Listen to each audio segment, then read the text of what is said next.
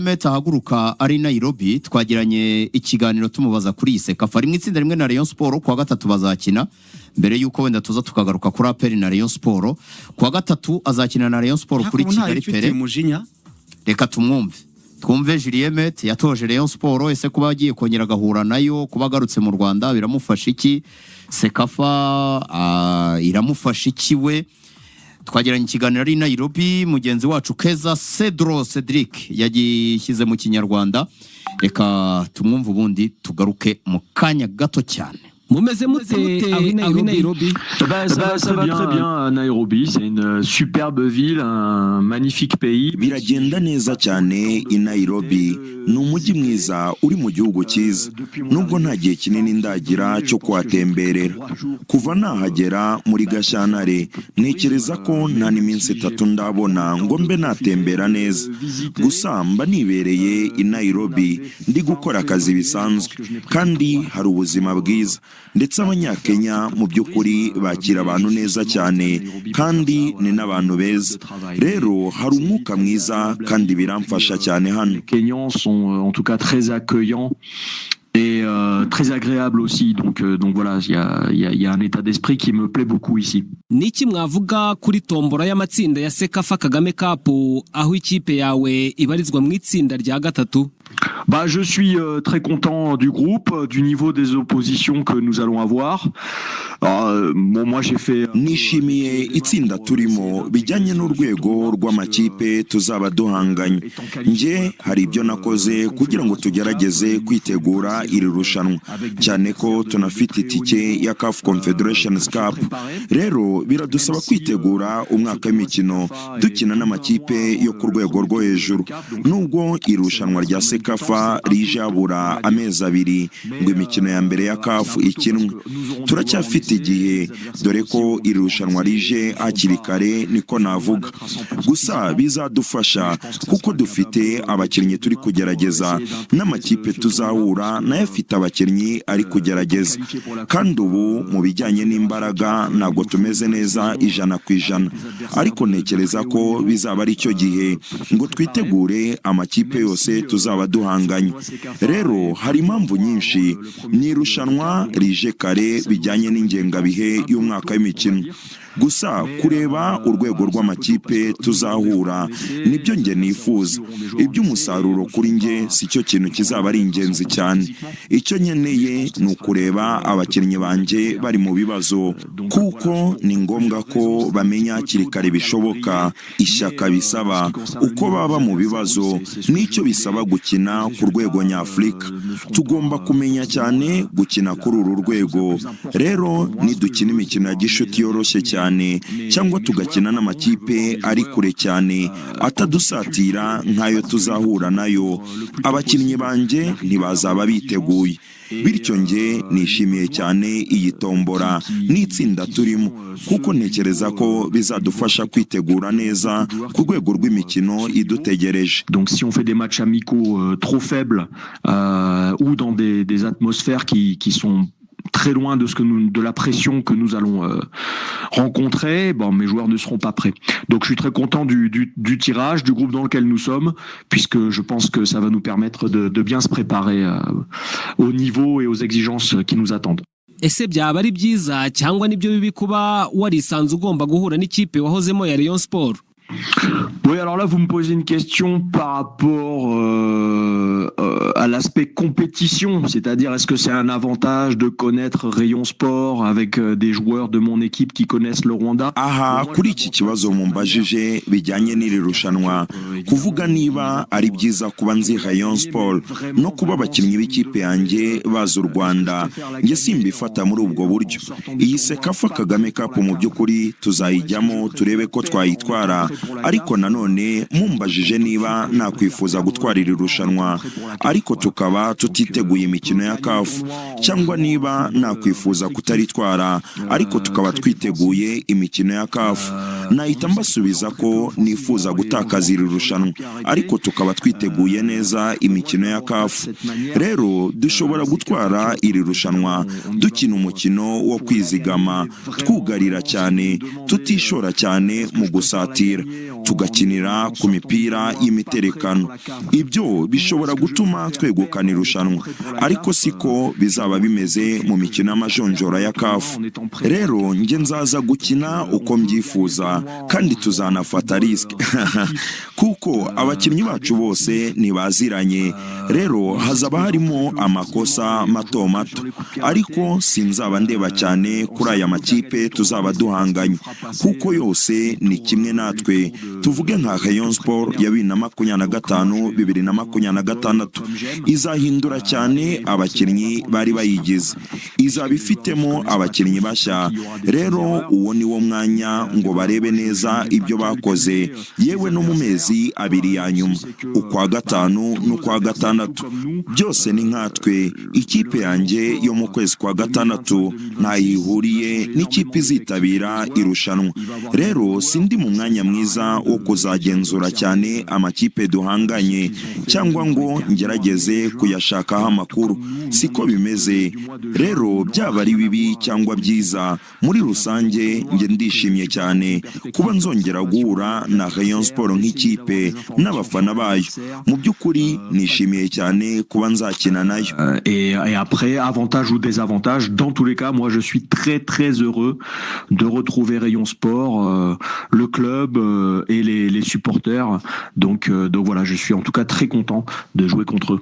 Ku bwanyu ni irihe tsinda mubona rikomeye cyane kurusha ayandi? Ni iyihe kipe muha amahirwe yo gutwara igikombe? Bon, là sur le papier, je vois le groupe 1 être le plus difficile. Avec APR, Vipers et Gor Mahia, ça me semble être le plus difficile parce que ku rupapuro mbona itsinda rya mbere ari ryo rikomeye cyane. APR, Vipers na Gor Mahia ni amakipe akomeye cyane kuko ni amakipe atatu yatwaye shampiyoni wayo. Nubwo mbizi ko muri shampiyona y'u Rwanda bisa naho byihariye cyane ko harimo amakipe abiri yo muri Sudan, ahubwo iri tsinda muri rusange ririmo amakipe ane yatwaye shampiyona kuko na Garde Républicaine niyo yatwaye shampiyona ya Djibouti. Rero ku rupapuro birasa naho ari ryo tsinda rikomeye cyane, ariko nk'uko nabibabwiye amakipe azahindura abakinnyi, azagerageza abakinnyi benshi kandi haracyari kare ku buryo abakinnyi bazaba bataramenyerana muri iyi mikino. Rero ikibuga nicyo kizabyerekana. Naho ku ikipe ihabwa amahirwe ntekereza ko iri mu itsinda ryacu. Ku bwanjye ikipe ihabwa amahirwe ni Al Hilal yo muri Sudan, simbikaza ku mwanya wa kabiri. C'est juste un préjugé. Quant au favori, je pense qu'il est dans notre pool. Pour moi, le favori de la compétition, c'est Al Hilal du Soudan, avec en numéro 2 Simba. Ese waba warakomeje kujya ukurikira umupira w'amaguru w'u Rwanda nyuma y'uko havuye? Gira icyo bivugaho, hari impinduka ubonamo cyangwa haracyarimo bya bibazo bisanzwe? Non, après mon départ, je n'ai pas vraiment suivi le championnat rwandais. Je regardais seulement les résultats de Rayon Sport, puisque j'ai beaucoup apprécié les 6 mois que j'ai passé dans ce club. Nyuma y'uko mpavuye mu by'ukuri sinakurikiye ibya shampiyona y'u Rwanda, ndeba gusa iby'imikino ya Rayon Sport kuko nishimiye cyane amezi 6 namaze muri iyi kipe. Iracyari imwe mu bigize urugendo rwanjye kandi nzahora ndi umureyo. Rero nkurikirana iby'imikino yayo. Nyuma y'igenda ryanjye umwaka wakurikiyeho bendaga gutwara igikombe cya shampiyona, baza gusitaraho gato mu gice cya kabiri cy'umwaka w'imikino. Ibintu byari bibabaje cyane ko abafana bayo bakwiriye gutwara ibikombe. Nyuma yaho sinabikurikiranye cyane, uretse kuba nzi ko amakipe abiri yo muri Sudan yaje gukina muri shampiyona. Ayo niyo makuru mashya namenye, niko navuga. Naho ku bijyanye n'urwego rwa shampiyona munyihanganire, ntabwo nayikurikiranye cyane, ntibyankundiye ko mbona uko nyikurikira. Mais après le niveau, etc., j'ai malheureusement pas trop suivi et ça va me permettre de resuivre un petit peu. mwadukorera igereranya ku mupira w'amaguru w'u Rwanda n'uwo muri Kenya? Alors entre le football rwandais et le football du Kenya, alors déjà je ne pense pas être le mieux placé. Bien sûr, j'ai fait les deux championnats. Ku bijyanye n'umupira w'amaguru w'u Rwanda n'uwa Kenya, sintekereza ko ndi mu mwanya mwiza wo kubigereranya. Nibyo nabaye muri shampiyona zombi, nakoze muri izi shampiyona zombi, ariko namaze amezi 5 cyangwa 6 yonyine mu Rwanda. Muri Kenya ho mamaze amezi 4, rero sinkeka ko bihagije mu by'ukuri ngo mbe nakora ubusesenguzi bwimbitse. Gusa nkurikije ibyo nabonye, navuga ko ibikorwa byo guteza imbere ruhago nyarwanda bijyanye cyane n'uko igihugu kingana. Ntabwo tugomba kwibagirwa uko ibi bihugu bingana. Kenya ntabwo inganya abaturage n'u Rwanda, ntabwo binganya ubunini, ntabwo binganya ubukungu.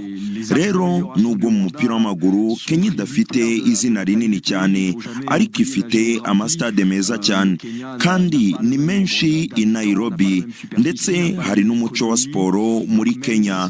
Ubu ubona abaturage bari gukora siporo yaba mu gitondo yaba na nyuma ya saa sita. Hari umuco wa siporo mu Banyakenya uzwi ku isi hose mu bijyanye n'ubukerarugendo, ubwiza bw'igihugu n'ubuhanga bw'abasportifu baho, cyane cyane abasiganwa ku maguru. Il y a une culture sportive chez les Kenyans qui est indéniable. Ils sont connus dans le monde entier pour le tourisme, la beauté de leur pays et pour la qualité de leurs athlètes. Notamment dans tout ce qui est athlétisme évidemment. Donc voilà. Mais après bon, sur le football, je dirais qu'il y a, en termes des infrastructures au Kenya, c'est quand même beaucoup plus évolué. Mu mupira w'amaguru navuga ko bijyanye n'ibikorwa remezo Kenya mu by'ukuri yateye imbere cyane, by'umwihariko nk'amastade yaho niko navuga. Gusa hari n'amakipe amwe namwe, nk'urugero ikipe ya Police yo muri Kenya ndetse n'ikipe ya Ulinzi. Si amakipe akomeye bijyanye n'amateka yayo, ariko afite ibibuga byiza. Ikipe ya Ulinzi ifite stade nto ariko nziza cyane, ijyamo abantu 10,000 kandi ni nziza pe. Ikintu cy'ingenzi kuri nge cyanatumye mpitamo Kenya n'ubwiza bw'ibibuga. Hari ibibuga byinshi ku buryo 80% by'ibibuga bikoreshwa muri shampiyona ni ibibuga byiza, nk'uko tubibona mu Burayi, mu Bwongereza cyangwa mu bihugu bimwe na bimwe byo muri Afurika y'Amajyaruguru nka Maroc, cyangwa nk'ubu muri za Cote d'Ivoire, Cameroon, Afurika y'Epfo. Ibihugu byakiriye amarushanwa mpuzamahanga nk'ibikombe bya Afurika biheruka. Rero icyo ni ikintu gikomeye ku bwanjye cyagakwiye gutera imbere mu Rwanda. Maroc ou maintenant Côte d'Ivoire, Cameroun, Afrique du Sud, les pays qui ont accueilli des compétitions internationales et les dernières CAN. Et ça, c'est un gros axe d'amélioration pour moi au Rwanda. Trop de pelouses synthétiques et pour moi, les pelouses synthétiques n'aident pas le développement technique des joueurs. Hari ibibuga byinshi bya synthetique kandi kuri nge ibibuga bya synthetique ntabwo bifasha abakinnyi kwerekana ubuhanga bwabo mu bijyanye na tekinike no kuzamura urwego, kuko ibibuga bya synthetique navuga ko bituma umupira ugenda buhoro, bibangamira ukwihuta k'umukino, ahubwo bifasha ya makipe yugarira, ya makipe ahitamo kureka gukina umupira. Rero niba u Rwanda rushaka gutera imbere mu mupira w'amaguru, bigomba kujyana na politike yo kuvugurura ibibuga.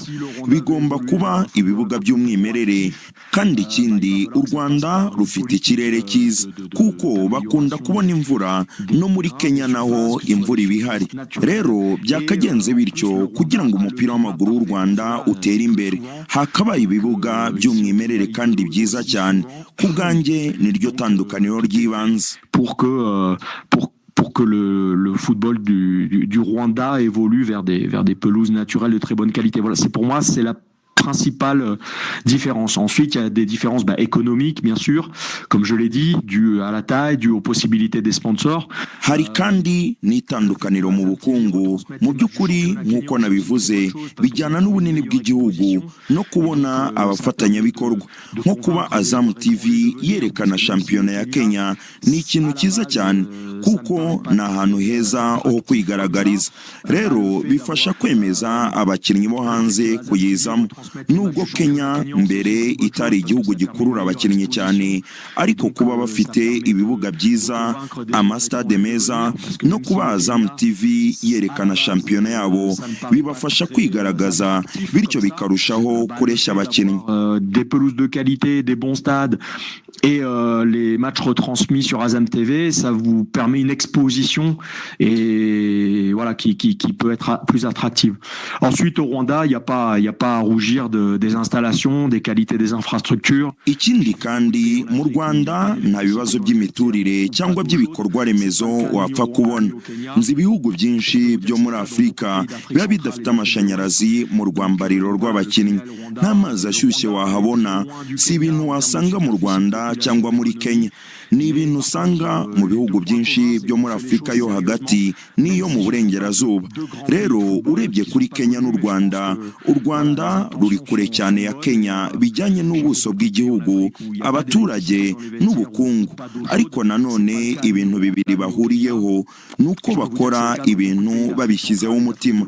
Nubwo atari ibihugu bikomeye mu mupira w'amaguru, bikaba bitazwi cyane, ariko babishyiramo imbaraga. Mais par contre, les deux points communs, c'est qu'on fait les choses sérieusement, même si ce sont pas deux grands pays de football qui sont pas connus, mais je pense que voilà, les intentions sont bonnes et l'aspect médiatique aussi au Rwanda, j'ai été assez surpris par rapport à la taille du pays d'avoir autant d'émulation médiatique, beaucoup d'émissions, beaucoup de podcasts, beaucoup de radios. Itangazamakuru ryo mu Rwanda naryo ryaranyuze bijyanye n'uko igihugu kingana, uko bakurikirana inkuru bakajya hirya no hino, bakagira amapodcast menshi, amaradiyo menshi. Nagiye mbibona, nasanze ibijyanye n'itangazamakuru bimeze neza mu Rwanda.